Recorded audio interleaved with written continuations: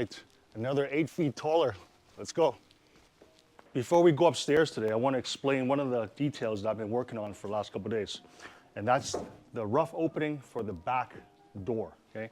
This back door is actually a triple pane slider, which 2 of the panes pocket into 1. So it runs almost the entire width of the house. And the end product that we want is going to be as flush as possible to the finish of the floor surface. So that means when you're walking out, you want as little of the frame popping out of the ground. Just a bit of the details we want to incorporate into a nice modern build. So one of the first things we focus on is the rough opening for the door, because once the door is on order, it takes about 12 weeks for it to come.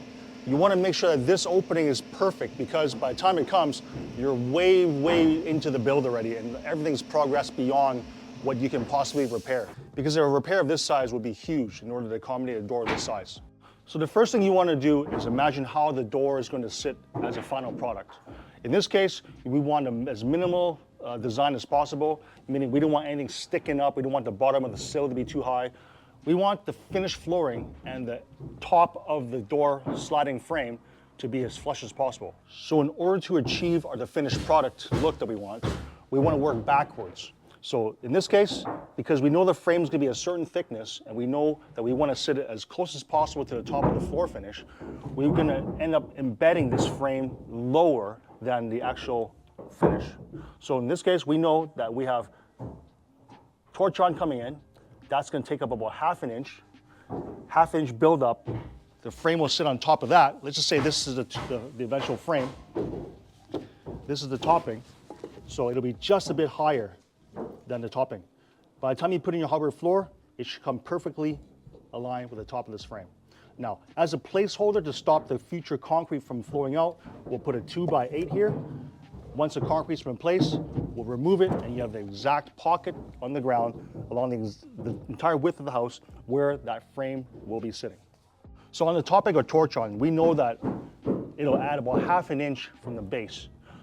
We also know that once the torch-on rolls up the wall, it'll add half an inch at the wall side as well.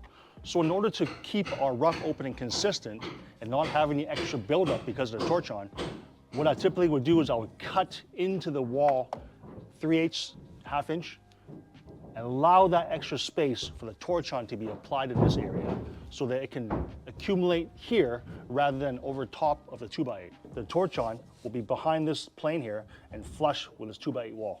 This way we keep everything consistent with the width and not having any problems with the extra build out here, which could screw up your door installation process.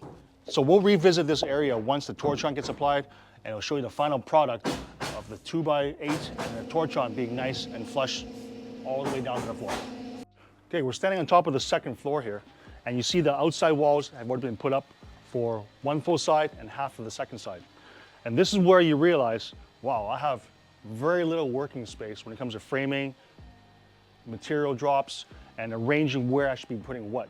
So this is crucial for the framer to know what's most efficient for him. For example, right now we see the materials put in the back, so it doesn't get in the way of him framing the front walls.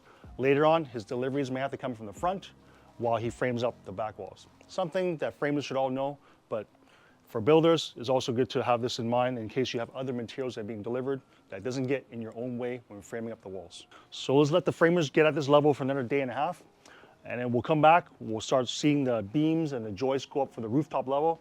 That area is a bit different when it comes to framing, but in the meantime, wash, rinse, and repeat.